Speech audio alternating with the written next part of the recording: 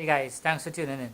So I wanted to get into FPV racing, but I didn't have a lot of money to spend on equipment, etc. So I was looking around to find stuff that's good, but also not as expensive, because where I live in the Caribbean, I have to spend a lot of money in shipping and in taxes in order to get equipment to me. So I needed to get something that's good, but something that's not as expensive. So while I couldn't afford the AT9S, I saw the Radiolink AT9S as a good alternative. It's about $130 on Gearbest, and I got it at a good price. I felt it was a good buy, so let me take a look at everything that you get with the package, and I'll show you what I've learned so far. I only had this a couple of weeks now, and I haven't used it on any quads yet. Soon I'll get my quad, and then we'll have a nice unboxing, and I'll try to do a video with me setting everything up as a beginner so that you all can see what I'm doing, and perhaps I can get some help from the experts out there, and my videos might be able to help the newbies like myself. So this is the Radiolink AT9S. It's supposed to be I believe it's a 10-channel transmitter. Okay, so in the package you get the controller, which is pretty nice, a nice smooth gold finish. This is my first hobby gear transmitter, so I'm not sure how to compare the gimbals, but to me it feels very smooth, somewhat very loose to me, but maybe that's the way it's supposed to be. Okay, we'll talk about this a little bit more. This here is the receiver. The receiver has one wire. The receiver is the R9DS. It's an S bus. Looks like it can do PWM and PPM if you wish. Right. In terms of size, the receiver is just about 4 centimeters long, 2 1/4 centimeters wide, and in terms of height, less than 1.5 centimeter, about 1.4 centimeters in height. Alright, so later on when I get my quad, I'll go through the process of trial and error to try to bind this to the transmitter, and we'll see how it works. You also get a small disc with manuals inside, spare springs and parts in case anything damaging the gimbals. Okay. It comes with a battery tray that takes 8 AA batteries, but there's also a JST plug to plug it in. Okay, so rather than spending lots of money behind AA batteries, what I did, I just ordered a nice 3-cell 1000 milliampere battery. As you can see, the space is really big. You can take a much bigger battery than what I have inside here, but trying to be on the safe side, being cautious, because when I order something and I get it down here, I can't send it back for an exchange or a refund as easily, because then I'll have to pay shipping to send it back and pay to get it back. So I just bought something, but this works pretty well. Okay, so onto the controller now. So the controller, there are switches: A, which is a 2-button switch; switch B, another 2-button switch; 2 dial knobs; C is a 3-position switch; D, 2-position switch; E, another 2-position; F is 2-position; G is 3-position; and H is a momentary switch.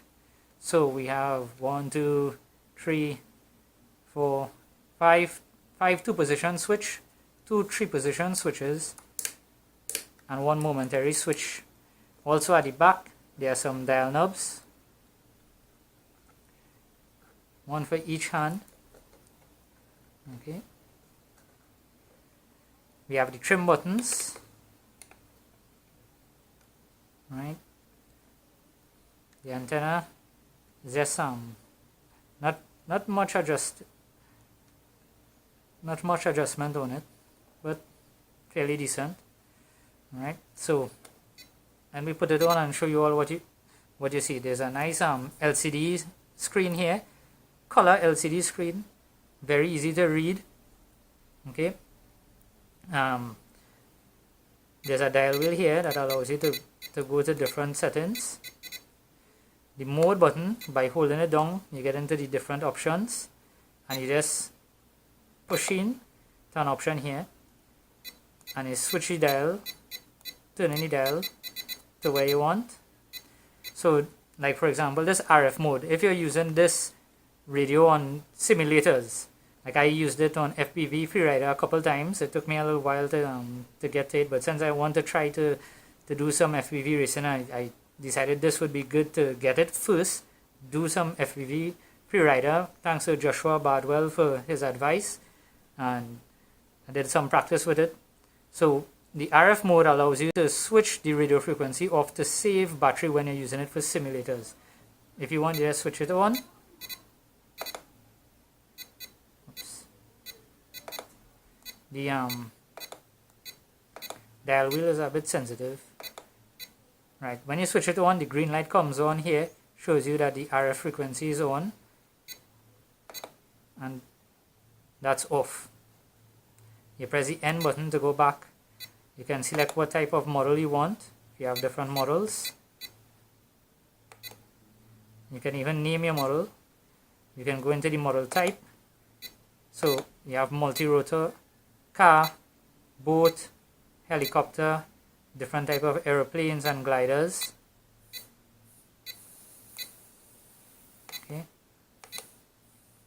Set your endpoints, sub trims, reverse, dual rate expose, motorcut, trims, field safe, auxiliary channel, to set which switch you want for which auxiliary channels. The timer, you can also set a timer. That is one of the good things I found out about this, is the timer. So let me demonstrate. You can set a timer. I set the timer to start when I push the throttle up. You'll see the timer start going with the throttle up. So I can time my flights, and it stops when I lower the throttle and continues as I set the throttle up. And I set switch F, switch H, sorry, the momentary switch, to reset the timer, which is cool. And when, based on the length of time you set it, when it reaches that time, it has an alarm that lets you know that you've reached that time. So this is really nice to time your flights and try to come in to save your battery. Trainer port, so there's a trainer port in the back, looks like the FlySky trainer port. Okay, so normal trainer port in the back, logic switch, servos, receiver. So you have telemetry data with your receiver. As long as you have it set up, you can get all the information on the controller itself. Okay, so the throttle, latitude, longitude, altitude, the modes, etc.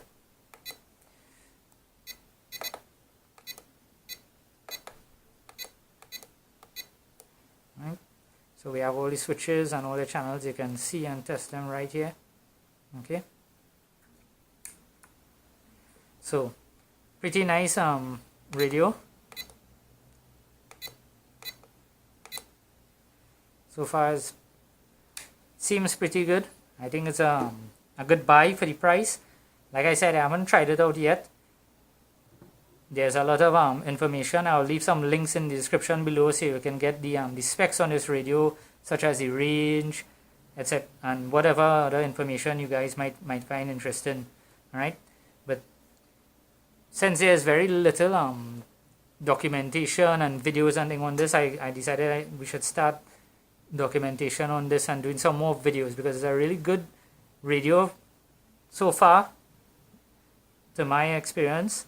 And if we start doing more videos and sharing about these Radiolink radios, we could probably build a nice support base so that people can share and help one another. Okay. Also there's this little USB port for upgrades here. Right. So that's it, guys. Let me go and look for that part that just fell. take care and stay tuned. So like I said, I'll have an unboxing video for the quad that I bought coming up soon. Okay, as soon as I get it, I'll do the unboxing video, and then I'll go through the steps of setting it up, binding the receiver and the radio to the quad, going through Betaflight, doing all those things as a beginner for the first time. And I'll try to document all these things, do some videos, and we'll start a nice forum having discussions about what I'm doing right, what I'm doing wrong, so that people could learn from it and I myself can benefit. So again, thanks for watching. Take care, guys.